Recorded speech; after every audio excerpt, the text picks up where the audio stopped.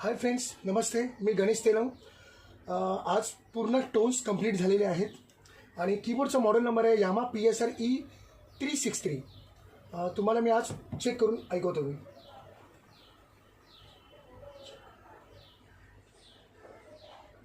Keyboard on केलेला आहे. Memory दाबायचं आहे. फर्स्ट पहिला सॅक्सोफोन पार्ट.